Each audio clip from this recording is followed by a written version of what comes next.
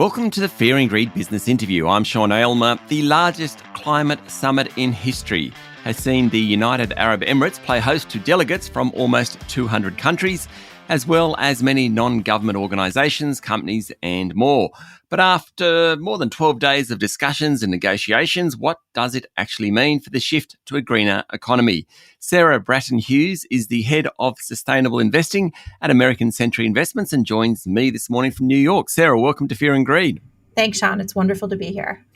So you've been keeping a close eye on proceedings in Dubai. What do you make of the summit?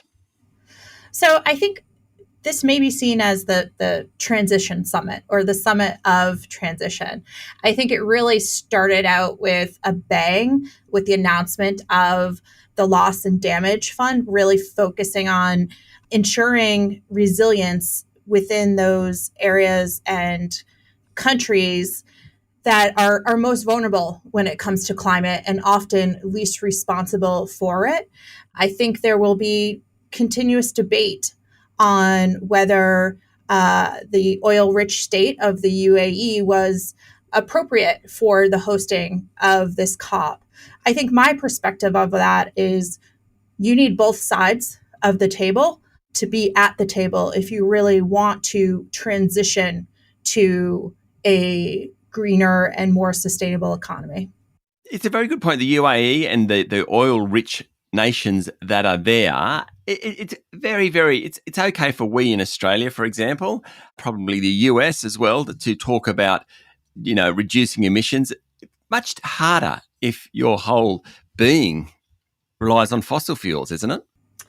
I think so. However, I think the speed in which you're seeing diversification of economies, particularly the innovation that you're seeing coming out of the Gulf states, understanding that this energy transition is happening and they will need to diversify their economies over time. I think people have come to that realization.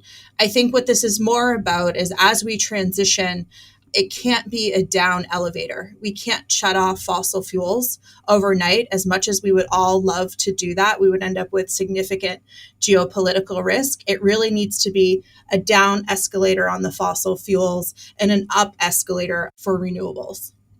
Okay, so ahead of the summit, you flagged that little progress had been made on net zero targets, mostly because of divestment. So rather than taking on the challenge of reducing carbon emissions, a lot of companies are just divesting the carbon-heavy businesses, passing it on to someone else. Do you think we're making any progress on that part of the problem? So I think where we've made progress is if you look at when we signed Paris and the trajectory emissions were on, I think we've leveled off and we've made progress there. But I think from a financial standpoint, I think the world is starting to come to a realization that portfolio decarbonization hasn't led to the real world outcomes we're looking to achieve, whether it's record coal this year, record emissions, but beyond just green, look at the plastics problem we have. We have growing inequality. So I think the world has said, you know what, maybe we need to think about how we're focused on some of these large companies, invest in them, engage with them. Because when you look at the distribution of emissions by corporate companies, the bulk of them are sitting in the high emitting industries. So an incremental change in a high emitter is going to lead to more real world impact than an incremental change in a company that is already green. Stay with me, Sarah. We'll be back in a minute.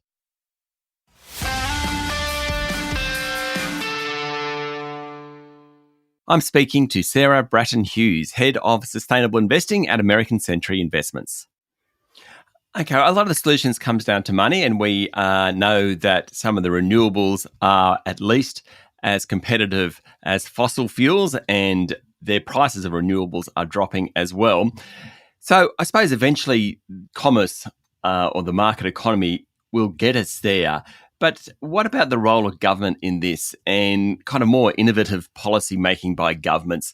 How much of that do we need to start achieving these objectives and get to the ultimate goal quicker than we would otherwise? I think we are going to need the role of governments. And this is not a political statement from a US perspective at all, so I Yep. don't want it to be Yep. seen as that way. But I think if you look at the success of the Inflation Reduction Act, the IRA, and the government subsidies, if you look at the success that that has had here, it could potentially be more of a roadmap from a global perspective, really focused on, instead of restricting investment to certain industries, really focusing on promoting investment to other industries. And I think, there's a lot of questions on the potential future of the IRA, whether portions of it could be rolled back. I think the biggest problem that people aren't talking about in reference to it, and to me is symbiotic of its success, is that it is costing the US government so much more money than originally they had anticipated because it has been so successful. We always talk about the Inflation Reduction Act being the big one, but there are other countries and regions trying to catch up, which presumably creates a momentum of its own.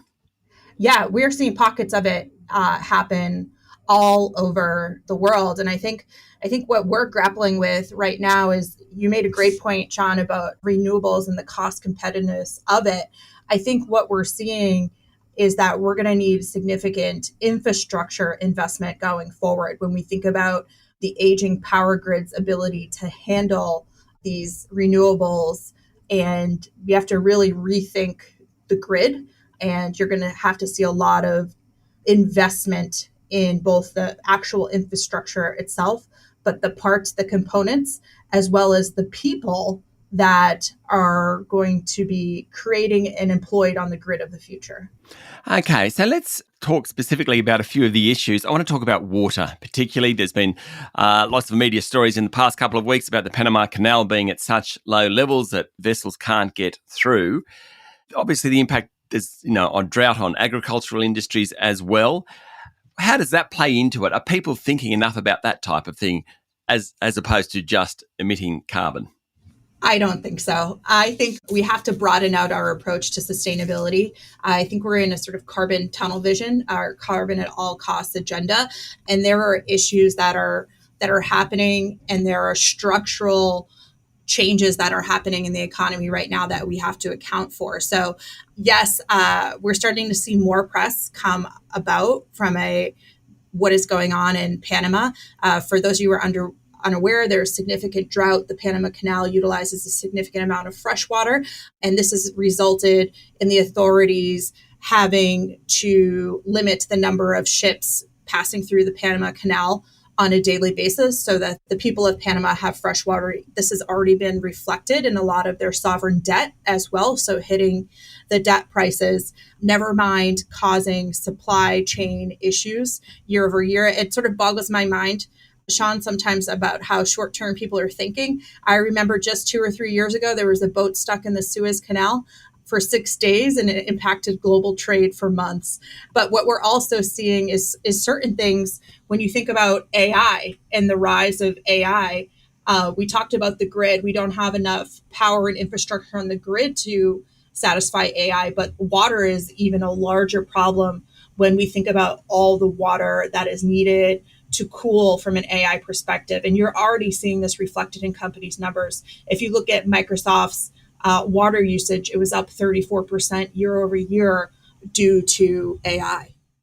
That's a really interesting point, which we don't talk much about, or the big tech companies, just their use of energy, but the collateral that comes with that, water, for example. What else is it that we're talking about here?